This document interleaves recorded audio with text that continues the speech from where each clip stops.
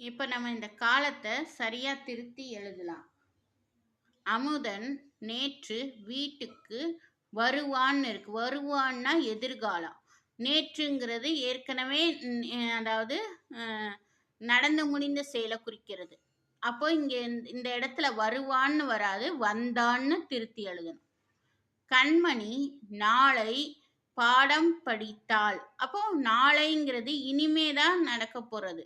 நேற்று அப்படிங்கிறது ஒரு செயல் நடந்து முடிந்தது. நாளைங்கிறது இனிமே தான் வரப்போறது. அப்ப படித்தாள்ங்கிறது என்னது? இறந்த காலத்துல குடுத்துருக்காங்க. அப்ப நம்ம அத எதிர்காலத்துக்கு மாத்தி படிப்பாள் அப்படின்னு எழுதணும்.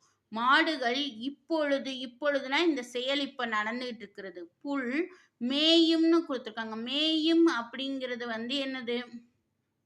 ஏற்கனவே செயல் இனிமே தான் நடக்கப் போறத குறிக்கிறது. அப்பனா இது இப்ப நடந்துட்டு இருக்கு. அப்போ அந்த இதுல என்ன எழுதணும்? மேய்கின்றன அப்படின்னு எழுதணும்.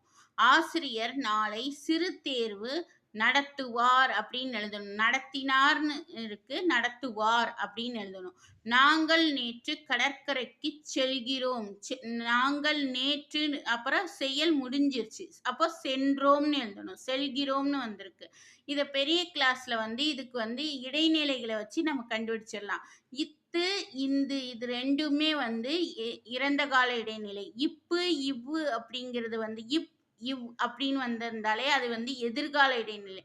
கிறு, கின்று, ஆனின்றுங்கிறது கிறு, கின்று இதெல்லாம் நிகழ்கால இடைநிலை.